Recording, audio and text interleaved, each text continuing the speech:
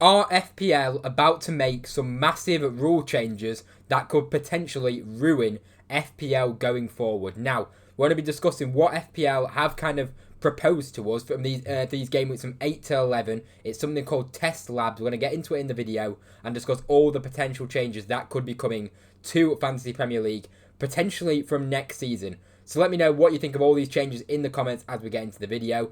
Do drop a like if you enjoy. Subscribe to this channel as well for all of the latest FPL news. This is the place to be for all of the latest FPL news. And we'll jump straight into this video. Right, so as you can see on screen now, this is something that you can enter on the FPL website. It's just come out literally yesterday. And it's something called Test Labs. This is something that implies that they're testing it to see how it goes in these game weeks to potentially then go on to use it in the future seasons of FPL. It could change FPL for forever, pretty much. And I mean, as I say, it's interesting, so let me know what you think of this in the comments. It says, shape the future of Fantasy Premier League by joining in our experiments. This series, we are running 4 tests that focus on earning points through different players and play styles.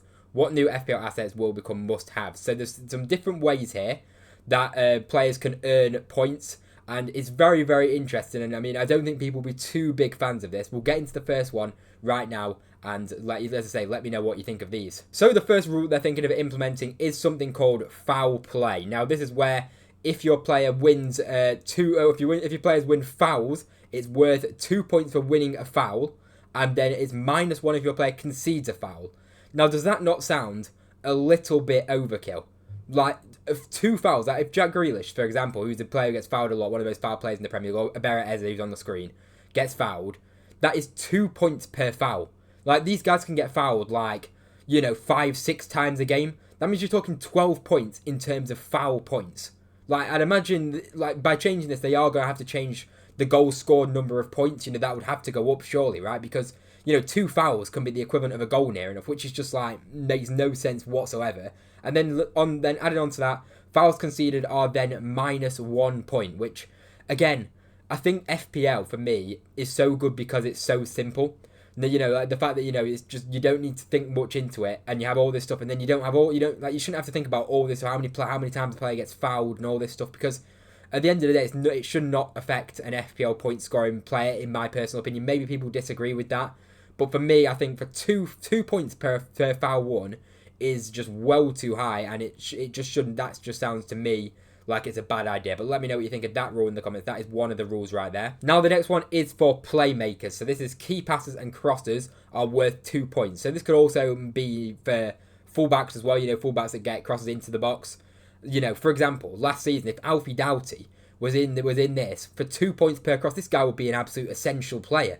Alfie Doughty would, because he whipped in crosses for fun for Luton and hit crosses left, right and centre to Adebayo and Carlton Morris.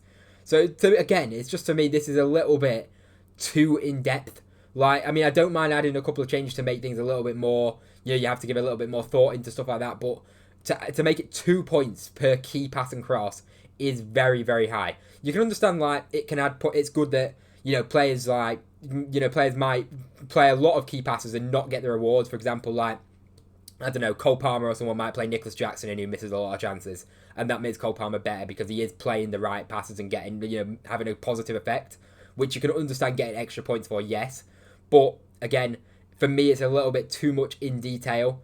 But let me know what you think of that one as well. I'm not a massive fan of that. Again, I think it's too many points as well. Maybe if it was 1 point per 3 key passes, if you get 3 key passes in a game, you get an extra point. That's a little bit more. It's not making a massive impact on the game. Key passes and crosses, where each one being worth 2 points, is absolute craziness, to be honest.